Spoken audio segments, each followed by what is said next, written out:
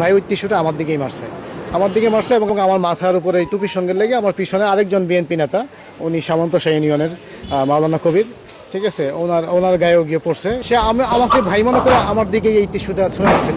সেদিন ভাই আসলে একটা গুরুত্বপূর্ণ ইস্যু নিয়ে বক্তব্য দিচ্ছিলেন। সেই মুহূর্তে আমি সহ আমার পিছনে আরও কয়েকজন টুকটাক খোঁজ গল্প করতেছিল, কথাবার্তা বলতেছিল। এমত অবস্থায় ভাই কয়েকবারই ইশারা করছেন যে মানে থামার জন্য।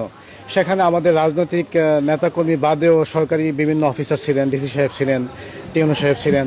তাদের সামনে যদি মানে ভাইয়ের কর্মীরা যদি আসলে এইভাবে যদি আমরা কথাবার্তা বলি, তাতে এইটা একটা দৃষ্টিগত বিষয়।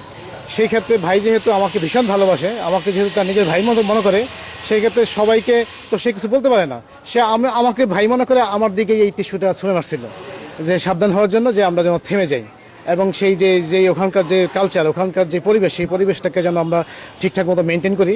সে কারণে আমাকে দিয়েই সবাইকে আর কি ঠিক মানে শৃঙ্খলার মধ্যে নিয়ে আসার চেষ্টা করছে। সম্প্রতিকালে গোসাইরহাট উপজেলা পরিষদের জেলেদের মধ্যে বকনা বাছুর বিতরণ অনুষ্ঠানে জাতীয় সংসদের হুইপ, শরীয়তপুর 3 আসনের সংসদ সদস্য মিয়া নুরুদ্দিন অপু বক্তব্য দিচ্ছিলেন। এই সময় তার সামনে বসা তারই দলের একজন কর্মী সেখানে একজন আরেকজনের সাথে কথোপকথন করতেছিলেন।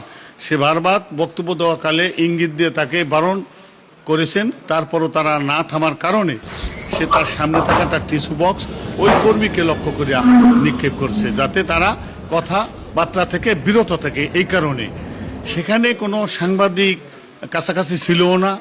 আর এই ঘটনায় কোনো সাংবাদিকরা আহত হয়েছে বা তারা লাঞ্ছিত হয়েছে বা তারা হেয় প্রতিপন্ন হয়েছে, এই ধরনের অভিযোগও আমার কাছে কেউ করেনি। আপনি নিশ্চয়ই জানেন যে আমি একজন গণমাধ্যম কর্মী। আমি কিন্তু সময় টেলিভিশনের শরীয়তপুর জেলা প্রতিনিধি, পাশাপাশি শরীয়তপুর যে প্রেস ক্লাব রয়েছে তারও আমি সাংগঠনিক সম্পাদক। ওই দিন যখন ঘটনাটি ঘটে তখন আমি কিন্তু ওখানে সশরীরে উপস্থিত, এবং আমার ক্যামেরায় তখন বিষয়টি কিন্তু ভিডিও হচ্ছিল। তো যখন আমি ভিডিও করছিলাম, ঠিক আমার ভিডিওর 3 মিনিট 20 সেকেন্ডের সময় তিনি একটি টিস্যুর যে প্যাকেট সেটি ছুঁড়ে মারেন। তো আমরা তখন কিন্তু তার বক্তব্যেই মনোযোগ ছিলাম। টিস্যুটা ছুঁড়ে মারার পরে তিনি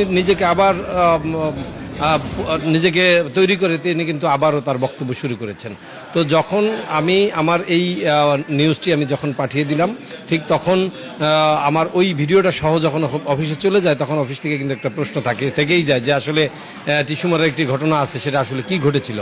তো যখন প্রোগ্রাম পুরোপুরি শেষ হয়ে গেল, সরকারি একটা প্রোগ্রাম শেষ হয়ে যাওয়ার পরেই আমি সামনে অপেক্ষা করতেছিলাম যে আমাদের হুইপ মহোদয় কখন প্রোগ্রাম শেষ করে বের হবে।